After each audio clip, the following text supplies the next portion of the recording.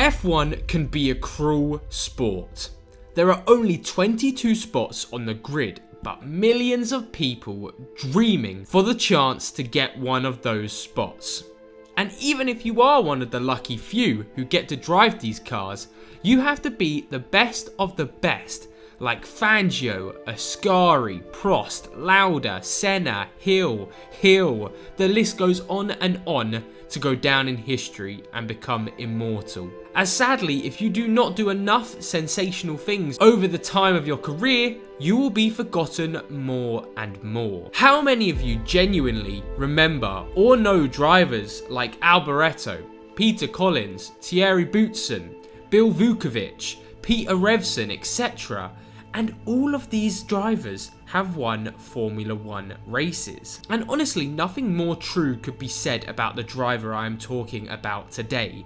This man was known in his prime as the best overtaker on the F1 grid. He drove for iconic teams like Brabham and McLaren, with a best championship finish in 1982 of 3rd place, beating his teammate Niki Lauda, yes, that Niki Lauda, and only behind Rosberg and Pironi by 5 points. And this man goes by the name of John Watson.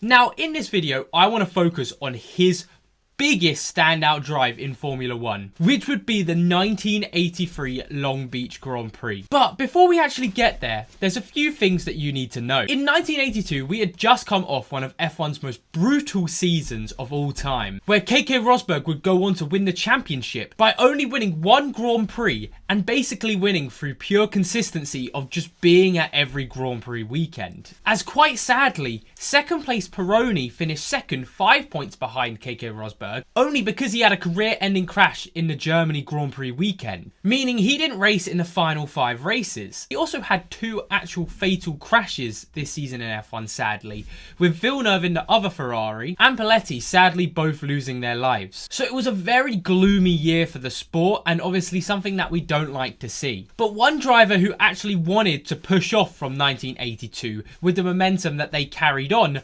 definitely was John Watson, as he ended up 3rd place this season in that McLaren. So now heading into the 1983 season, he was one of the most prominent names in F1, really hoping that potentially 83 would be the season that he could finally win a championship. But then heading into 1983, McLaren just were nowhere near as strong as they were in 1982, as this season really would just become for them a transition phase. McLaren at the start of the season was still running their old Cosworth V8 engines, which were just really struggling against all the turbo engines like the Brabham BMW. Ferrari had also switched over. And even though McLaren would switch over to their Tag Porsche turbo engine halfway through the season, it just really wasn't ready just yet. It suffered massive reliability issues, and it just still wasn't up to scratch with the rest of the turbo engines. And this partnership wouldn't really end up being any good until 1984. It's definitely a story for another day, but spoiler alert, yeah, it ended up being a not too shabby move for McLaren in 1984 and onwards. And then also this season, McLaren were running the Michelin tyres compared to some other team who were running Goodyear, and it just really couldn't heat up these tyres.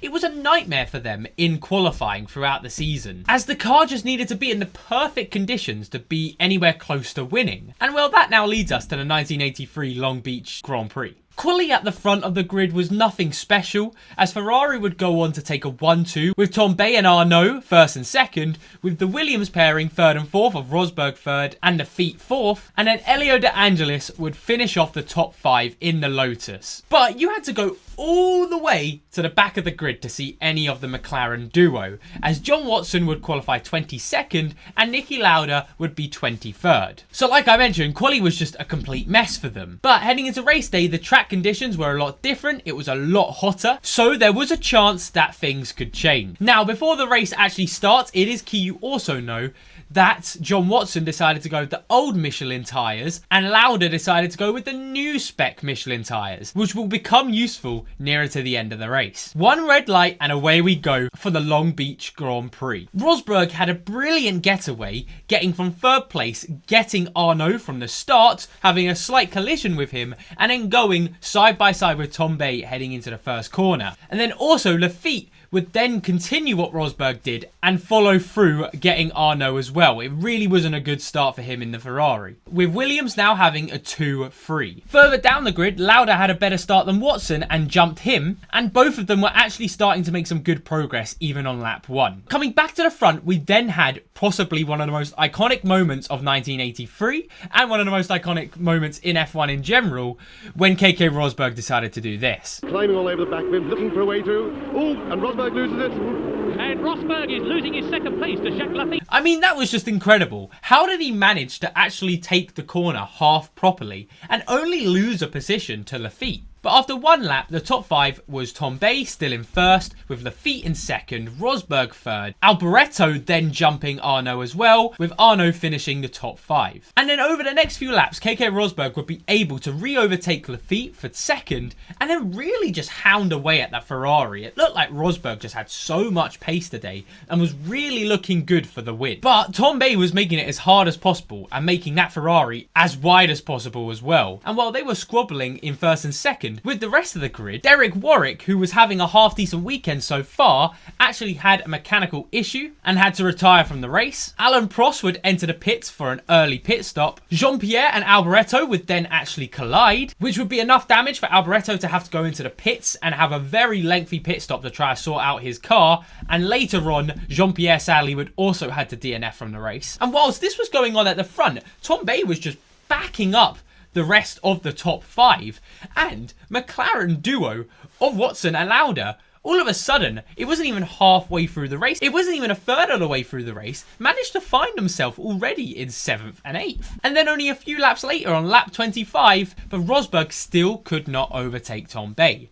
Until this happened. Didier Pironi have been injured, and look at Rosberg. He's coming right up alongside, he's going to take Tom Bay, and off goes Tom Bay. Oh dear, oh dear.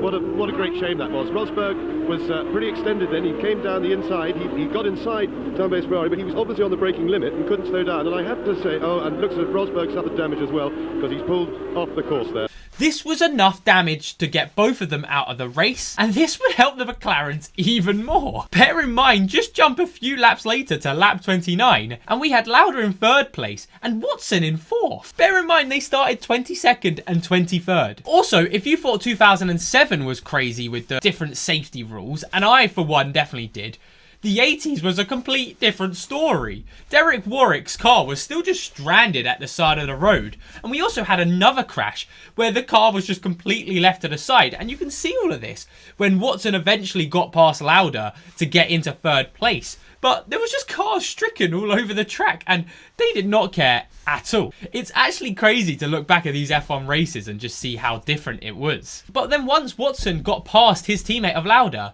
it just wouldn't stop there. The McLarens were lapping so much faster than everyone else. They easily got past Patrese in 2nd place. And then heading into having a battle with Lafitte in 1st. I mean, was it even a contest at this point? Lafitte made it a little bit difficult for Watson. But Watson, being the overtaking master he was, made light work of him. Then actually, because of Lafitte taking the corner slightly different, letting Lauda get a run on him and get the overtake as well. Sadly, also for Patrese, right at the end of the race on lap 72 out of 75, he would actually have to DNF from the race, which was such a shame because he was on for a good points finish. But honestly, that's all she wrote. Lauda and Watson would go on to completely dominate the field, not only just scraping by to win from 22nd, but winning by an absolute margin. Lauda was 78 seconds ahead of 3rd place Ferrari of René Arnaud. And you had Watson a further 28 seconds ahead of Niki Lauda in 1st. Watson almost lapped the entire field. What an absolute brilliant drive from a driver who just does not get spoken about enough, especially with just knowing how spectacular he really was on his day. Watson had just completed something no other driver would ever do in F1 history ever again. And well, for me, probably never again. But sadly for Watson, it wouldn't all be sunshine and rainbows for this season. Like I mentioned, McLaren just could not get this season properly underway. especially with the transitions to different engines. It just never worked out. And then after the 1983 season, Watson eventually retired from the sport after a few money disputes with Ron Dennis heading into 84. Eventually, McLaren ended up signing Alan Prost to go alongside Niki Lauda, ending a brilliant career to be very proud of. But now, coming into 2026, we have again 22 cars on the grid. Can anyone match this record in 2026? Comment down below. But as always, thank you all so much for watching this video. I hope you enjoyed it. Make sure to like and subscribe if you did, and I hope you learned something new about such a spectacular driver that doesn't get mentioned enough. But anyway, I'll see you all in the next one. Take care, and I'll see you all very soon. Bye bye.